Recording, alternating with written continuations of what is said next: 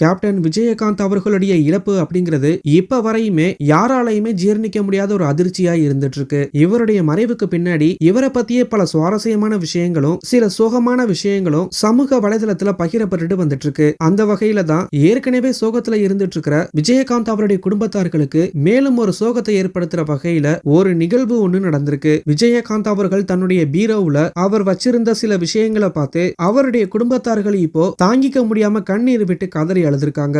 இந்த சோகமான நிகழ்வை பத்தி நம்ம இப்ப முழுமையா பார்க்கலாம். கேப்டன் அவர்களுடைய இழப்பு யாராலையுமே தாங்கிக்க முடியாம இருந்துட்டு இருக்கு. ஒரு நல்ல மனிதரை இழந்துட்டோம் அப்படின்னும் இருக்கும்போது அந்த மனுஷனுடைய அருமை தெரியாம அவர் இறந்ததுக்கு பிறகு எல்லாரும் மனதளவுல வருத்தப்பட்டு வந்துட்டு இருக்காங்க. ஒரு முறையாவது அவரை முதலமைச்சர் ஆக்கியிருக்கலாமே அப்படின்னு ஒரு நல்ல மனிதரை இழந்துட்டோமே அப்படின்னு பலரும் அவங்களுடைய கருத்துக்களை தெரிவிச்சு கண்ணீர் வார்த்தைகளை சொல்லிட்டு வந்துட்டு இருக்காங்க. ஒரு மனிதனுடைய இழப்புக்கு எந்த அளவுக்கு எல்லாருடைய மனசையும் பாதிச்சிருக்கு அப்படின்னா எந்த அளவுக்கு கேப்டன் அவர்கள் எல்லாருடைய மனசுலையும் இடம் பிடிச்சிருப்பாரு அப்படிங்கிறது ரொம்பவே பிரமிப்பா இருந்துட்டு இருக்கு. இது எல்லாத்துக்கும் காரணம் உண்மை நேர்மை அப்படிங்கிறது மட்டும் இல்லாம அவர் மனதார செஞ்சிருக்கிற தான தர்மங்கள் தான். தன்னுடைய குடும்பத்துக்கும் இந்த நாட்டுக்கும் ஒரு நல்ல மனிதரா வாழ்ந்துட்டு போயிருக்காரு. சக மனிதனா மதிக்கக்கூடிய ஒரே தலைவர் கேப்டன் அவர்கள் மட்டும்தான். அதனாலதான் அவருக்கு கேப்டன் அப்படிங்கிற பேரும் வந்திருக்கு. இப்போ இவரை பத்தி பல சுவாரஸ்யமான விஷயங்கள் வெளிவந்துட்டு இருக்கிற நிலையில சோகத்துல இருந்துட்டு இருக்கிற அவருடைய குடும்பத்தார்களுக்கு மேலும் ஒரு சோகத்தை ஏற்படுத்துற வகையில ஒரு நிகழ்வு ஒண்ணு நடந்திருக்கு. கேப்டன் அவர்களுடைய மறைவுக்கு பிறகு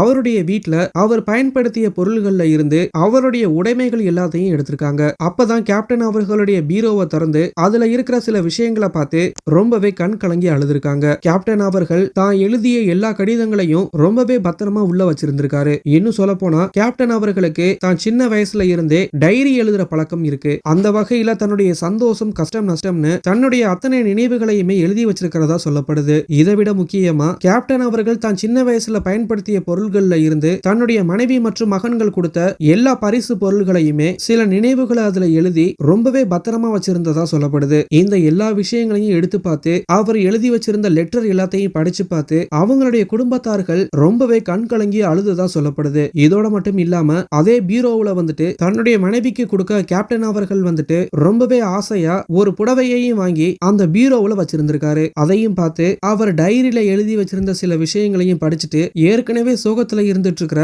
அவருடைய குடும்பத்தார்கள் வந்துட்டு இந்த விஷயங்களை பார்த்து ரொம்பவே கண் கலங்கி போனதா அவங்களுடைய நெருக்கமானவங்க இந்த விஷயத்தை பகிர்ந்துகிட்டு இருக்காங்க. இத பத்தின உங்களுடைய கருத்துக்களை கீழே இருக்கிற கமெண்ட் பாக்ஸ்ல போஸ்ட் பண்ணுங்க. மேலும் இது போன்ற செய்திகளை தெரிஞ்சுக்க நம்மளுடைய சேனலை சப்ஸ்கிரைப் பண்ணுங்க.